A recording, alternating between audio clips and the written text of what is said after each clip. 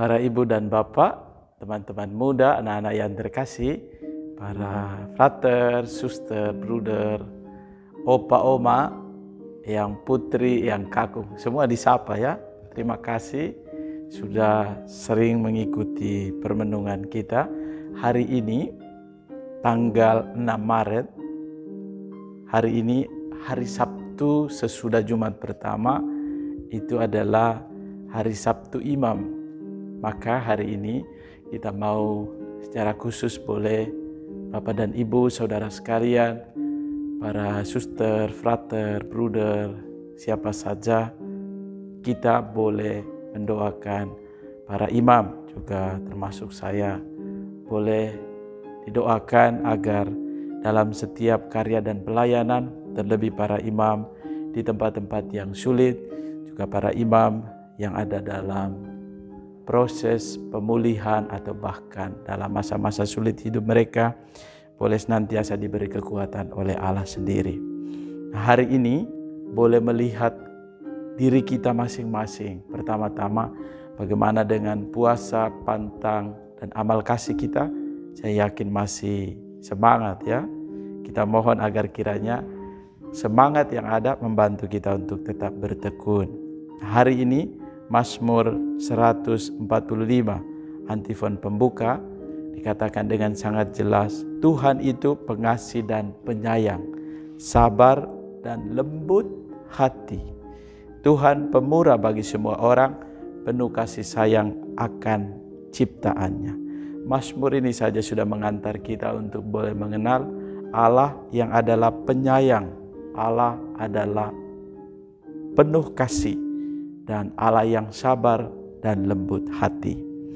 Dari bacaan yang pertama, kita boleh bermenung dari nubuat Mika. Tuhan begitu baik, bahkan Ia sangat baik. Ia mau supaya setiap kita, semua manusia itu mengalami keselamatan. Dan nabinya diutus untuk mewartakan kasih dan kebaikan Allah ini. Kita boleh merasakan bahwa Allah yang sungguh-sungguh hadir membantu agar siapapun dari kita dituntun untuk boleh mengalami keselamatan itu. Gambaran itu disampaikan oleh nubuat Mika bahwa Allah sendirilah yang bertindak untuk menggembalakan domba-domba milikmu sendiri. Mereka yang terpencil mendiami rimbah di tengah-tengah kebun buah-buahan. Biarlah mereka merumput di Basan dan Gilead seperti pada zaman dahulu kala.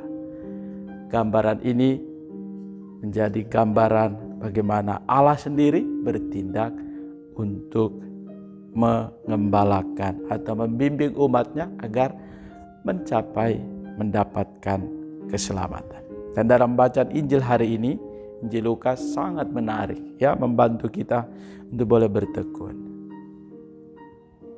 Nah, gambaran sedikit dari bacaan Injil Lukas yang kita dengarkan hari ini, para pemungut cukai dan orang-orang berdosa datang kepada Yesus untuk mendengarkan Dia.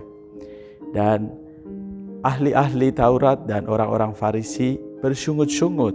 Mereka mengatakan, kenapa Ia menerima orang-orang berdosa dan makan bersama-sama dengan mereka? Maka Yesus menyampaikan perumpamaan ini. Dalam kisah perumpamaan yang sungguh sangat familiar bagi kita. Kisah Allah yang penuh kasih, Allah yang sungguh murah hati. Nah, digambarkan dalam kisah selengkapnya dalam Injil Lukas bab 15. Kita boleh belajar dari tokoh-tokoh yang disampaikan di dalam perumpamaan ini, bisa menjadi bahan untuk refleksi kita. Pertama-tama ada seorang anak bungsu. Kita tahu di dalam kisah bahwa anak bungsu ini meminta sebagian dari harta milik ayahnya. Orang Yahudi atau tradisi Yahudi, orang kalau meminta warisan itu orang yang sudah meninggal atau ayah yang sudah meninggal lalu meninggalkan warisan bagi keluarganya. Tapi anak bungsu ini dia meminta warisannya pada saat bapaknya masih hidup. Nah, kita boleh belajar satu nilai. Ya, bisa jadi kalau bahasa sekarang agak kasar, dia anak bungsu ini agak kurang ajar ya. Karena ayahnya masih hidup saja dia sudah minta warisan. Dan sadarilah bahwa anak bungsu ini minta warisan untuk apa? Untuk dia pergi dari rumah dan bahkan menghambur-hamburkan harta warisan itu. Dan ia pergi dengan motivasi yang seperti itu. Dia pergi dari rumah, minta warisan, lalu pergi jauh dari orang tua. Zaman sekarang ada juga kita seperti itu ya. Kita boleh mengidentifikasikan diri kita. Apakah saya seperti anak bungsu? Dan kita sadari pula bahwa perjuangan anak bungsu sesudah menghambur-hamburkan harta warisan itu, lalu ia pada saat kesulitan, namun ia berjuang. Dan pada akhirnya ia mau bertobat dan kembali kepada ayahnya. Nah, gambaran pertobatan ini yang menarik bagi kita sekalian.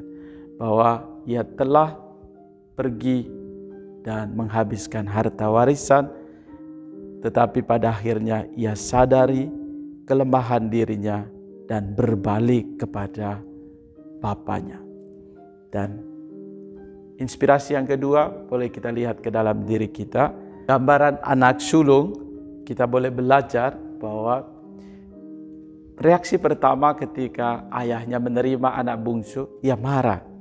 Dan ia mengatakan atau sadarilah bahwa pada saat kita marah, kata-kata kita tidak terkontrol. Dan itulah yang diungkapkan oleh anak sulung.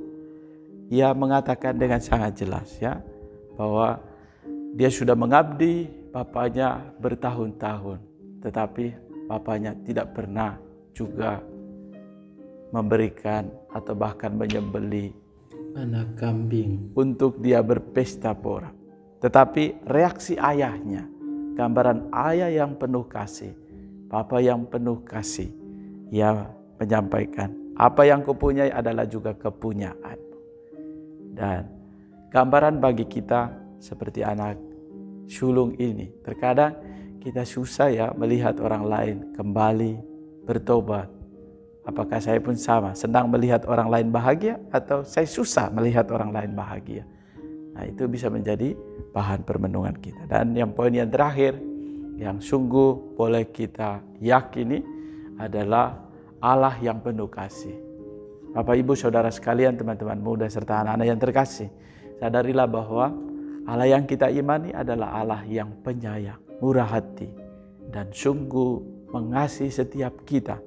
Kalau pertama-tama anak bungsu tadi, dia menyadari dan merasakan bahwa Allah di luar dugaan, ia hanya mau menjadi hamba, tetapi ia diterima kembali.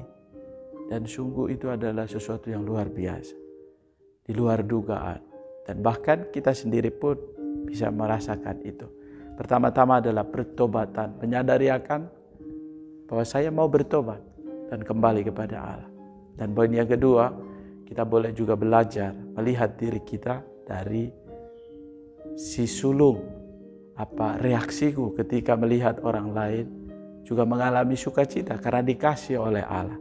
Apakah saya mudah melihat orang lain bertobat lalu ikut bergembira, atau bahkan sebaliknya, biarin sajalah biar dia mampus, atau bahkan kita mengumpat dengan kata-kata yang sumpah serapah dan lain-lain. Kita mohon agar kiranya juga pengalaman si bungsu dan si sulung juga menjadi gambaran bagi kita untuk menyadari bahwa Allah sungguh mengasihi kita. Dan itulah Allah yang kita imani.